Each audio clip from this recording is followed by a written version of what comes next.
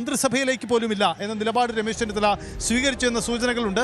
മൂന്നാമത്തെ കാര്യം, നിയമസഭാ കക്ഷി യോഗത്തിൽ പോലും പങ്കെടുക്കാനില്ല എന്ന നിലപാടെടുത്തുകൊണ്ട് രമേശ് ചെന്നിത്തല ഇപ്പോൾ തിരുവനന്തപുരത്ത് നിന്ന് വിടുന്നു എന്നാണ് മനസ്സിലാക്കുന്നത്. അദ്ദേഹം ഹരിപ്പാടേക്ക് പോകാനുള്ള നീക്കത്തിലാണ് എന്നാണ് മനസ്സിലാക്കുന്നത്. അങ്ങനെയെങ്കിൽ രമേശ് ചെന്നിത്തലയെ അനുനയിപ്പിക്കാൻ കൂടുതൽ ഇടപെടൽ വേണ്ടി വരും. തീർച്ചയായും ആ വിവരങ്ങളിലേക്ക് നമുക്ക് വരാം സജിത്ത്. ഇപ്പോൾ വി.ഡി. സതീശൻ മുഖ്യമന്ത്രിയായി പ്രഖ്യാപിച്ചതിന് ശേഷം വി.ഡി. സതീശൻ മാധ്യമങ്ങളെ കാണാൻ തയ്യാറെടുക്കുകയാണ്. വി.ഡി. സതീശൻ മാധ്യമങ്ങളോട് സംസാരിക്കുന്നു.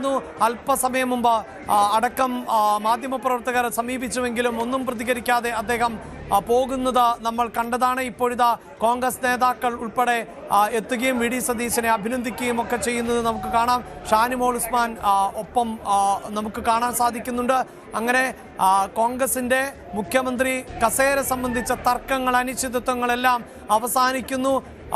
രാജു പി നായരെ പോലെയുള്ളവർ, ശക്തനെ പോലെയൊക്കെ ഉള്ളവർ ഒക്കെ എത്തുന്നു എന്നത് ആണ് ഇപ്പോൾ നമുക്ക് മനസ്സിലാക്കാൻ സാധിക്കുന്നത്. അതോടൊപ്പം മുഹമ്മദ് ഷിയാസ്, തീർച്ചയായും വി.ഡി. സതീശന്റെ വിശ്വസ്തനായിട്ടുള്ള മുഹമ്മദ് ഷിയാസ് അദ്ദേഹത്തെ തെരഞ്ഞെടുപ്പിൽ മത്സരിപ്പിക്കുന്നു. വിജയപ്രതീക്ഷ കുറഞ്ഞ മണ്ഡലത്തിൽ പോലും ഉജ്ജ്വലമായ വിജയം കൈവരിക്കാൻ ഷിയാസിന് സാധിച്ചു. അങ്ങനെ ഇതാ ഒട്ടേറെ തീരുമാനങ്ങൾ, അതായത് വി.ഡി. സതീശനെ സംബന്ധിച്ചിടത്തോളം ഈ തെരഞ്ഞെടുപ്പിൽ പ്രധാന തന്ത്രങ്ങൾ മെനഞ്ഞത് വി.ഡി. സതീശൻ തന്നെയായിരുന്നു.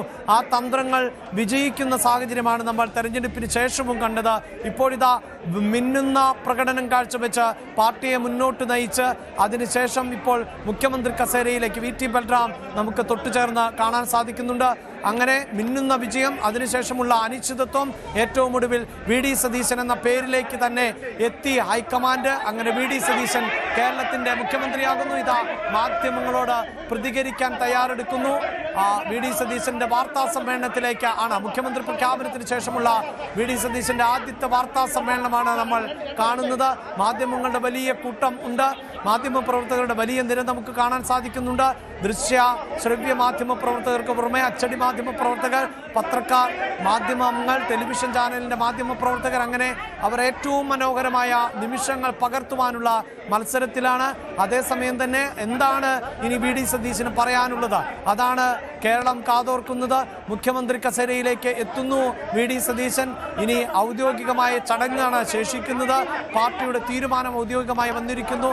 മുഖ്യമന്ത്രിയായി, കേരളത്തിന്റെ മുഖ്യമന്ത്രിയായി വി.ഡി. സതീശനെ പാർട്ടി നിശ്ചയിച്ചു കഴിഞ്ഞിരിക്കുന്നു. അങ്ങനെയുള്ള വി.ഡി. സതീശൻ മാധ്യമങ്ങളെ കാണുകയാണ്, മാധ്യമങ്ങളോട് പ്രതികരിക്കുകയാണ്, കേരളത്തോട് പ്രതികരിക്കുകയാണ്. മുഖ്യമന്ത്രി തീരുമാനം വന്നതിന് ശേഷം വി.ഡി. സതീശന്റെ ആദ്യത്തെ വാർത്താ സമ്മേളനത്തിലേക്കാണ്.